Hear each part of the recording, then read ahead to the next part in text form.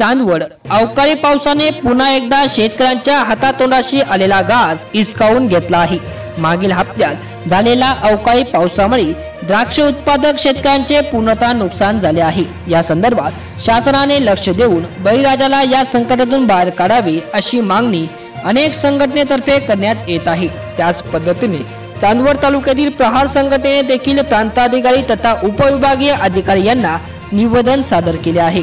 त्याच पद्धतीने शेतकरी पूर्णतः हवालदिल झाला आहे। याचा आढावा घेतला तो आमचे सहकारी राम बोरसे यांनी। नमस्कार, प्रबंधभूमी महाराष्ट्र न्यूज तर्फे आपण आज चांदवड तालुक्यातील दिघवत गावातील द्राक्ष बागांमध्ये आलेलो आहोत।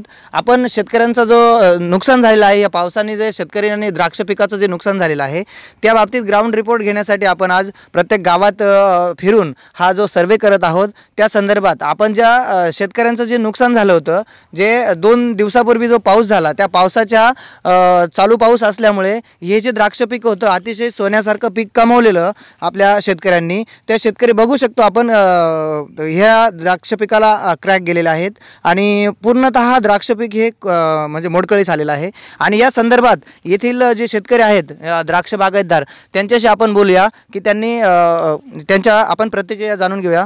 काका काय बोलाल या संदर्भात? तर बोलायला म्हणजे काय, आता असा बाग आहे का काही त्याला पावतच नाही। आम्हाला खर्च इतका झाला का तो 1.5 लाख रुपये एकरी आमचा खर्च झाला आणि आम्हाला काय घडलं आता इतकी मजुरी तो आम्हाला काढायला सुद्धा महाग झाला। असं झालं तो पार पूर्ण जाम झालाय बाग, औषधं मारून फवारून काहीच उपयोग नाही त्याला। किती क्षेत्र साधारण तुमचं हे? साधारणतः आमचं वालं हे 3 एकर आहे। 3 एकर। साधारण एकरी खर्च किती असतो काका? एकरी खर्च पावडरीचा 1.5 लाख रुपये खर्च आहे एकराला, मजूर तर वेगळे। आता असं आहे खर्च त्याचा। आणि जो हा द्राक्ष आहे आता याचा साधारण तुम्ही व्यापाऱ्याला दाखवलं होतं का? काय भावाने मागितला होता? व्यापाऱ्याला दाखवलं होतं, 65 मागून गेला तो पावसाच्या आधी। पुन्हा तो घरक्याला सुद्धा याने चक्कर मारीना आता तो। बरोबर, अशी परिस्थिती। काय तुम्ही स्वप्न रंगवले होते या बागाच्या बाबतीत? तुम्ही साधारण ऑक्टोबर महिन्यापासून तुम्ही छाटणी करतात, त्यानंतर तुमचा बाग कुठेतरी फुटतो, त्याच्यानंतर तो बाग कसा निघतो काय, हे सगळे तुमची तयारी जवळजवळ 6 महिने 4 महिन्यापासून सुरू असते। आणि त्या संदर्भात तुम्ही जे मेहनत घेता त्या मेहनतीचं फळ आज तुमच्या म्हणजे पदरात पडायची वेळ आणि तोंडचा घास हा निसर्गाने हिसकावून घेतलाय, त्या संदर्भात हे 4 महिन्याचं पीक नाही, पूर्ण वर्षाचं पीक आहे। आम्ही वर्षभरापासून त्याची मेहनत करतो, पूर्ण औषधं पाणी छाटणी खरड छाटणीपासून तर पार गोड्या बारापर्यंत इतका खर्च येतो का ते आता एकदम हाताशी आलं ते एकदम गेलं ना, ते एका दिवसात गेलं का आम्हालाच समजा नाही काय झालं। असा प्रकार झाला तो। बघा, अशा प्रकारची अतिशय दुःखदायी ही घटना आहे आणि झालेल्या पावसामुळे या शेतकऱ्यांचं जे नुकसान झाले, आपण प्रत्येक गावात जाऊन या शेतकऱ्यांचा ग्राउंड रिपोर्ट आपण नक्कीच आपल्यापर्यंत पोहोचवायचा प्रयत्न करू आणि यापुढील अपडेट थोड्याच वेळात आपण परत जाणू। मी राम बोरसे आपले सर्वांचं स्वागत करत आहे। या ठिकाणी दिघवत गावात आपण द्राक्ष बागेचा ग्राउंड रिपोर्ट घेण्यासाठी आलेलो आहोत। या ठिकाणी बघू शकता आपण द्राक्ष बागेचं जे नुकसान झालेलं आहे, आतोनात 100% असं या द्राक्ष बागेचं नुकसान झालेलं आहे आणि सर्व या ठिकाणी तालुक्यात शेतकरी या द्राक्ष बागेत जमलेले आहे। प्रत्येकच गावात प्रत्येक बागामध्ये हे नुकसान झालेलं आहे आणि या बागाचे जे मालक आहेत जे शेतकरी ते आपल्या सोबत आहे, आपण त्यांच्याशी बोलून घेऊ। काका आपलं नाव काय आणि बोला आपण? माझं नाव रामदास निवृत्ती गांगुर्डे। तुम्ही जो बाग हा नियोजित केला तो सुरुवातीपासून आतापर्यंत साधारण किती खर्च आला आणि या बागाच्या नुकसानी बाबतीत काय बोलाल? त्याचा खर्च गण 3 लाख रुपये झालेला आहे। आता तो 100% खराब होऊन गेलेला आहे। आता त्याला उपयोग नाही, आता त्याला काय उखरडेवच फेकावं लागेल। आणि आता काय त्याचे कर्ज, बँका कर्ज वसुलीला घरी गाड्या घेऊन येऊ राहिले, दमदाटे करते। आता हे कर्ज कसे भरणारे शेतकरी? तर वाईट दिशा आहे, आता कर्ज कसे भरायला आता पर्यायच नाही राहिला। आता काय, आता तुम्ही बोलताना मगाशी बोलले की NDCC बँकेची पण वसुली सुरू झालेली आहे, शेतकऱ्यांच्या मानगुटीवर सर्वच बसताय, त्या संदर्भात काय बोला? NDCC बँकेचे साहेब कर्मचारी दमदाट देते, तुमची जप्त्या करू, तुमचं आमका करू। आता शेतकऱ्याची 100% नुकसान झाली, ते कसे कर्ज भरणार आहे? आता ही बागेचं असं झालं, आता काय 100% झिरो आहे, तो डायरेक्ट उखरडे टाकावं लागेल त्याला। आता पर्यायच नाही आता शेतकऱ्याला काय। आता NDCC बँके डायरेक्ट तगा दिल्यावर राहिले, घरी गाड्या घेऊन येते, दमदाट्या देते, तुम्हाला कर्ज भरावं लागेल, जप्ती करू, आमका करू। साधारण किती क्षेत्र बागाचे तुमचं? 2 एकर आहे। आणि किती खर्च झालेला होता? 3 लाख रुपये। बघा अशी दयनीय अवस्था या शेतकऱ्यांची झालेली आहे. यानंतर स्थानिक शेतकरी म्हणूनच आपल्यासोबत यांची पण आपण जे शेतकरी उपस्थित आहे त्यांची पण प्रतिक्रिया जाणून घेऊया. बोला साहेब, काय बोला? हा, बागाचं पूर्णपणे नुकसान झालेलं आहे. तर बाग आता पूर्ण डॅमेज होऊन पूर्ण क्रॅक होऊन आता बाग पूर्ण उकाड्यावरच ते खोडून फेकावं लागेल. काय बागा एक शिल्लक 1 रुपया सुद्धा कोणी त्याचा व्यापारी घेऊ शकत नाही. ठीक आहे, धन्यवाद. या ठिकाणी दिगवद, दहिवद, उर्दुळ असंख्य शेतकरी या ठिकाणी उपस्थित आहे. यानंतर वडनेर भैरव तालुका चांदवडमधून वडनेर भैरव गाव आहे, ज्या गावात 50% ते 60% द्राक्ष बागा आहेत. त्या द्राक्ष बागांचे पण अतोनात असे नुकसान झाले. त्या वडनेर भैरव गावातील एक शेतकरी या ठिकाणी उपस्थित आहे. आपण त्यांचं पण प्रतिक्रिया जाणून घेऊया. काय बोलाल शेतकरी? साहेब, आमचे वडनेरमध्ये 50-70% शेती द्राक्षाची आहे. त्यामध्ये आमची 50% द्राक्ष शेती काढणीला आलेली आहे. त्यात या अवकाळी पावसाने त्यात 100% असे नुकसान झाले. क्रॅकिंगचा प्रादुर्भाव आले. त्या सरकारने आम्हाला भरीव अशी मदत केली पाहिजे. किती मदत अपेक्षित आहे आपल्याला? आम्हाला हेक्टरी 50,000ची अपेक्षा. कमीत कमी आमचं डिझेल पाणी किंवा आता हे खुडायचा खर्च तरी आमचा निघाला पाहिजे, एवढी तरी आम्हाला अपेक्षा आहे सरकारकडून. आपण प्रत्येकच शेतकऱ्याची जर अशी प्रतिक्रिया अतिशय दुःखदायी आहे आणि सर्वांची प्रतिक्रिया जाणून आपण घेणारच आहोत. यापुढे हे अपडेट सुरूच असणार आहे. तत्पूर्वी आपण सर्व शेतकऱ्यांनी प्रत्येक गोष्टीत, जसं की कांद्याचं नुकसान असेल, द्राक्षाचं नुकसान असेल, अजूनही कुठलं नुकसान होत असेल तर त्या नुकसानीच्या बाबतीत अतिशय हक्काने व्यासपीठ जे आहे, ज्या शेतकऱ्यांचा आधारस्तंभ म्हणून येथील स्थानिक शेतकरी पुत्र गणेशजी निंबाळकर जे प्रहार संघटनेचे काम करतात, त्यांच्याकडे शेतकरी अतिशय हक्काने फोन करून अशा व्यथा मांडत असतात. शासन दरबारी प्रखर मत मांडण्याची त्यांच्या धमक आहे असं आपण पण ऐकून आहे. या संदर्भात आपण त्यांच्यासोबत प्रहार जिल्हा उपाध्यक्ष गणेशजी निंबाळकर यांच्याशी आपण त्यांची प्रतिक्रिया जाणून घेऊया. बोला साहेब, काय बोलाल? आता बोलण्यासारखं तसं या केसमध्ये काहीच नाही आहे. कारण द्राक्षासारख्या पिकाचं नुकसान 100% होणं म्हणजे जवळपास एकरी 8 ते 10 लाख रुपयाचं नुकसान होणं आहे.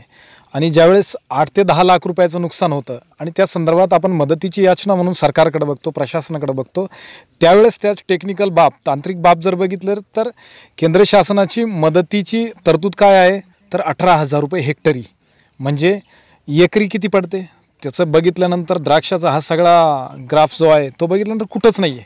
म्हणजे ना बरोबर आहे, ती मदत केल्याच्या ना बरोबर आहे. मागच्या काळात खरीपाच्या अवकाळी संदर्भामध्ये राज्य सरकारनं 25,000 रुपये हेक्टरी फळबागाची मदत केली. आता फळबागामध्ये हा वेलवर्गीय फळबाग आहे, हा काही खोडवर्गीय फळबाग नाही आहे. आणि वेलवर्गीय फळबाग हा जास्त सेन्सिटिव्ह असतो एकंदरीत आपण दोन्हींची तुलना केली तर. मग जशी कर्जाची तरतूद हायेस्ट क्रॉप म्हणून द्राक्षाला आहे, माझ्यामध्ये 1.5 लाखापर्यंत कधी कधी बँका याला तरतूद करतात एकरी. आणि मग जर ज्या पिकाला एकरी 1.5 लाखापर्यंत तरतूद होते त्याच्या नुकसान भरपाईमध्ये सुद्धा किमान त्याचा रेशो 50% तर ठेवा. 70,000 50,000 हेक्टरी ज्यावेळेस तुम्ही मदत कराल, खरं तर हेक्टरी हा शब्द खोडला पाहिजे आता मदत करताना, कारण हेक्टर असलेला शेतकरी फार कमी झाला आहे. अल्पभूधारक आणि अत्यल्पभूधारक शेतकऱ्याची संख्या जास्त आहे. आणि त्यातले त्यात तो जर द्राक्षाचा असेल तर त्याला एकरीच मदत झाली पाहिजे. एकरी किमान 30 ते 50,000 अशी मदतीची अपेक्षा लोकांची आहे, किंबहुना असलीच पाहिजे. तर ती प्रॅक्टिकल काहीतरी मदत होऊ शकेल. ती पण 30% मदत आपण असं समजू तर ती 50,000 ते 70,000 अशी व्हायला पाहिजे. आणि ज्या भाबड्या अपेक्षेनं शेतकरी फोन करताय, आता आपण काय कोणी मोठी यंत्रणा नाही आहोत, आपण फक्त एक संघर्ष उभा करू शकतो, प्रेझेंटेशन करू शकतो, पण मदत मात्र हे दोन्ही सरकार करू शकतात, केंद्र आणि राज्य.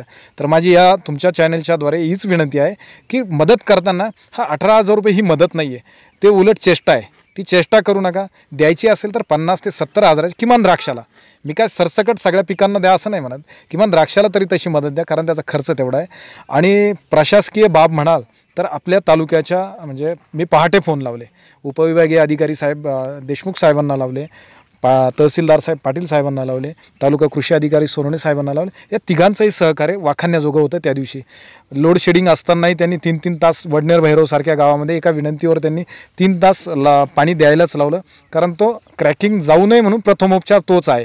द्राक्षासारख्या पिकाला तो प्रथमोपचार करण्यासाठी त्यांनी मदत केली आणि ही वाखाणण्याजोगी ह्या परिस्थितीमध्ये जसं प्रशासनाला सांगितल्यानंतर प्रशासकीय अधिकाऱ्यांनी त्यामध्ये मदत केली, तशी राजकारण्यांना विनंती आहे, दोनही सरकारांना विनंती आहे की तुम्ही 18,000 रुपये हे शब्द खोडा, 25,000 हे शब्द खोडा, द्राक्षाच्या बाबतीत तरी किमान 50,000 ते 70,000 रुपये हेक्टरी अशी मदत झाली पाहिजे. या संदर्भात आम्ही भारतीताई पवार ज्या खासदार आहेत आपल्या, पाठपुराव्याला अतिशय उत्तम अशा लोकप्रतिनिधी आपल्याला मिळाले आहे, त्यांच्याकडे आपण केंद्रासाठी पाठपुरावा करू आणि राज्याचे प्रतिनिधी म्हणून नामदार बच्चूभाऊ कडू यांच्या वतीनं आपण यांच्याकडून मुख्यमंत्र्यांपर्यंत ही बाब कशी पोहोचवता येईल आपल्या अल्पमतीने त्या देखील प्रयत्न नक्कीच करू आणि जास्तीत जास्त कशी तरतूद करण्यात येईल याच्यासाठी आपल्याला संघर्ष उभा करावा लागू शकतो.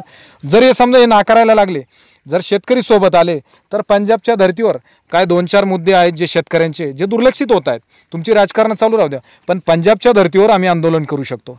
कारण NH3 म्हणजे दिल्लीला जाणारा मार्ग हा चांदवडातून जातो आणि चांदवडाचा इतिहास आहे, दिल्लीचा मार्ग रोखायला आम्ही सुद्धा समर्थ आहोत आणि तालुक्यातल्या शेतकऱ्या सकट उतरू. मग मकाच्या खरेदीचा प्रश्नही त्यात इन्व्हॉल्व करू, त्यात द्राक्षाच्या तरतुदीचाही प्रश्न इन्व्हॉल्व करू, किंबहुना कांद्याची निर्यात वेळोवेळी बंद का करतात हा प्रश्न देखील आम्ही घेऊन त्या भूतोन भविष्यात असा बंद करू. कारण आता आमची कामं बऱ्यापैकी आटोपत आलेली आहे, आम्ही पण दीर्घकालीन लढा त्या NH3वर देऊ शकतो हे तुमच्या माध्यमातून सांगतो. धन्यवाद. अतिशय मोलाची माहिती तुम्ही दिलेली आहे. परंतु यानंतर मी तुम्हाला असं विचारू इच्छितो की आम्ही तर आमच्या प्रबंधभूमी महाराष्ट्र न्यूजच्या माध्यमातून आम्ही प्रत्येक शेतकऱ्याचा ग्राउंड रिपोर्ट घेतच आहोत, परंतु तुम्ही यानंतर प्रशासनाकडे कशी मागणी आणि काय दृष्टीने करणार आहात हे जरा बोलाल का? तातडीनं पंचनामे प्रशासनानं करावे. केलेल्या पंचनाम्यांचे जिल्हाधिकाऱ्यांनी ती माहिती लवकरात लवकर राज्य शासनाच्या पुढे प्रेझेंट करावी आणि ती करत असताना तरतूदही तोकडीच आहे, ती तरतूदसुद्धा कशी भरीव असावी तर तो शेतकरी उभा राहील, नाहीतर चेष्टा केल्यासारखी होईल. या 2 गोष्टी अल्प काळामध्ये जेवढ्या गतीनं करता येतील तेवढ्या गतीनं केल्या पाहिजे आणि जेवढेही लोकप्रतिनिधी आहेत त्यांनासुद्धा आपल्या लोकांनी प्रेशर केलं पाहिजे, जनतेने प्रेशर केलं पाहिजे का या अधिकाऱ्यांकडून हे काम करून घेता असताना पंचनाम्यासोबत तरतुदीचा सुद्धा एकदा पंचनामा करा. ही तरतूद पुरेशी आहे का या गोष्टीचा पंचनामा करून त्यात भरीव मदत झाली पाहिजे. आणि या ठिकाणी आपल्यासोबत असंख्य तालुक्यातील शेतकरी उपस्थित आहे, प्रत्येक ठिकाणचा शेतकरी या ठिकाणी उपस्थित आहे, पण तुम्हाला शासनाकडनं पंचनामे कसे होणं अपेक्षित आहे, ते सरलाट झाले पाहिजे की कसे? आता सरलाट, आता विटावं चांदवड तालुक्यातील विटाव्या गावातूनही फोन आले, पलीकडच्या गावातून जिथं द्राक्ष तिथूनही फोन आले. आपण उभं आहोत जवळपास पूर्वेचाच हा भाग आहे, चांदवडच्या पूर्वेच्या भागात उभा असताना वडनेरचा सुद्धा शेतकरी ती चिंता घेऊन आला आहे. म्हणजे वडनेर आणि विटाव हे 2 टोकं झाली आपल्या तालुक्याची, पूर्व पश्चिम. मग पूर्वेचाही फोन आला आहे, पश्चिमेचाही फोन आला आहे, याचाच अर्थ सरसकट इथून पावसानं यांना दणका दिलेला आहे. कमी अधिक प्रमाणात त्याचं शुगर जशी अपटेक झालेली असेल त्या प्रमाणात तो होऊ शकतो. त्या सगळ्या बाबीचा एक सर्वे करून साधारण एक ढोबळमानानं सर्वे लवकरात लवकर करून आणि तो सरसकट त्या शेतकऱ्याला कशी मदत करता येईल हे बघितलं पाहिजे. धन्यवाद. अतिशय रोखठोक पद्धतीने, अतिशय मार्मिक पद्धतीने निंबाळकर साहेबांनी आपल्याला याबद्दल माहिती दिली. आणि यानंतर आपण निंबाळकर साहेब जसे शेतकऱ्यांचं आशास्थान आहे आणि ते आशास्थान ज्या प्रशासनाकडे मागणी करत आहे त्या प्रशासनाचे जबाबदार एक अधिकारी म्हणून तालुका कृषी अधिकारी या ठिकाणी आपल्यासोबत उपस्थित आहे. आपण त्यांच्याशी त्यांच्या प्रतिक्रिया जाणून घेऊया. यानंतर त्यांच्या काय कार्यवाही असणार आहे या संदर्भात. दिनांक 7 आणि 8 जानेवारीच्या दरम्यान जो ढगाळ वातावरण आणि पाऊस पडल्यामुळे आपल्याकडे जे चांदवड तालुक्यामध्ये जवळजवळ 5,500 हेक्टर क्षेत्राच्या वर द्राक्ष पिकाखालील क्षेत्र आहे. याच्यामध्ये जो आम्ही प्राथमिक अंदाज जो दिलेला आहे तो 8 तारखेला आम्ही 1,945 हेक्टर क्षेत्रावर प्राथमिक ते नुकसान झाल्याचं आम्ही शासनाला कळवलेलं आहे. तर त्याच्यानुसार याच्याबद्दल माननीय जिल्हाधिकारी साहेब, नंतर माननीय आपले आमदार साहेब कुणाल पाटील साहेब आणि आपले 2 मिनटं डॉक्टर आहेर सर, नंतर माननीय खासदार मॅडम यांच्या पाठपुराव्यानुसार आपल्याकडे पंचनामा लवकरात लवकर करावे याच्या संदर्भात माननीय जिल्हाधिकाऱ्यांना सांगितल्यानंतर आज माननीय तहसीलदार साहेबांनी आज आम्ही त्या पद्धतीचे आदेश पंचनामे करण्याच्या संदर्भात निर्गमित करत आहोत. तर याच्यामध्ये आता ज्या पद्धतीने यांनी सांगितलं की सर्रास सगळ्या द्राक्षबागेचे पंचनाम्याच्या करण्याच्या बाबत तशा सूचना नाहीत, परंतु ज्या शेतकऱ्यांचं नुकसान झालेलं आहे त्या प्रत्येक शेतकऱ्याचा त्या जागेचा GPS फोटोसहित त्यांनी पंचनामे करण्याचे निर्देश त्याच्यामध्ये दिलेले आहेत. मग त्या पद्धतीने येत्या 3-4 दिवसामध्ये हे पंचनामे पूर्ण करण्यात येतील आणि त्याचा जो अहवाल आहे तो आपण शासनाला पाठवू. या संदर्भात आत्ताच निंबाळकर साहेब बोलत होते की त्यांनी एक निवेदन पण प्रशासनाला दिलेलं आहे की पंचनामे तात्काळ सुरू करावे आणि तहसीलदार साहेबांनी पण याबद्दल प्रतिक्रिया दिलेल्या आहेत। परंतु यानंतर जे तुमच्या कार्यवाही सुरू होईल पंचनाम्याची, तर त्या पंचनामा करताना की यापूर्वी असं घडत होतं की पंचनामा इतक्याच दिवसात झाला पाहिजे, अशी काही अट आहे का? त्याच्यामध्ये इतक्या दिवसात म्हणजे त्याच्यामध्ये ती घटना घडल्यानंतर कमीत कमी 10 ते 15 दिवसामध्ये आपला अहवाल शासनामध्ये गेला पाहिजे आणि प्रत्येक शेतकरी म्हणजे जोपर्यंत पूर्णपणे पंचनामे होत नाही तोपर्यंत ही कारवाई चालू असते। कारण कसं असतं, समजा हा द्राक्ष बाग आहे, आज ज्याची कंडिशन आता ह्या द्राक्षाच्या घडाची समजा 40 ते 60% नुकसान दिसते आहे, ही 3 दिवसात पूर्णतः जाणार आहे 100%। तर मग शेतकऱ्याचा जो उभं पीक आहे ते तर संपलेलंच आहे, परंतु त्याचा मोबदला शासनाने प्रखरपणे द्यावा शेतकऱ्यांना, इतकीच सर्व शेतकऱ्यांची मागणी आहे। आणि तुम्ही पण या ठिकाणी अतिशय समजल्या लगेच वेळ दिला, याबद्दल सर्व शेतकऱ्यांच्या चेहऱ्यावर जरा खुशीचं वातावरण आहे, त्याबद्दल आम्ही तुमचे चॅनलतर्फे पण आभार मानतो। प्रबंधभूमी महाराष्ट्र न्यूजसाठी कॅमेरामॅन अमोल निंबाळकर सोबत मी राम बोरसे, चांदवड। 2 दिवसापूर्वी जो पाऊस झालेला आहे, त्या जे अवकाळी पावसामुळे जे नुकसान झालेलं आहे द्राक्ष कांदा पिकाच्याबद्दल, तर त्या संदर्भात आपलं काय भूमिका आहे आणि कुठल्या, आता तुम्ही बोलले आदेश वगैरे कसले काढताय, तर ते कसं आहे जरा बोला। चांदवड तालुक्यामध्ये गेल्या 3-4 दिवसापासून जो तुरळक स्वरूपात अवकाळी पाऊस झाला, वातावरणातील बदल जो आहे तो द्राक्ष पिकाला मोठ्या प्रमाणावर बाधक ठरलेला आहे। त्याच्यामध्ये मॉइश्चर जे आहे ते आल्यामुळं आणि शुगर आणि मॉइश्चर डिफरन्समुळे जे द्राक्षांना बऱ्याच ठिकाणी तडे गेलेले आहेत, त्यामुळे नुकसान झालेलं आहे। आणि त्या संदर्भातनं जे काही नुकसानीचे पंचनामे आहे ते करण्याचे आदेश जे आहेत ते आम्ही तलाठी, कृषी सहाय्यक आणि ग्रामसेवक यांच्या समितीला दिलेले आहेत।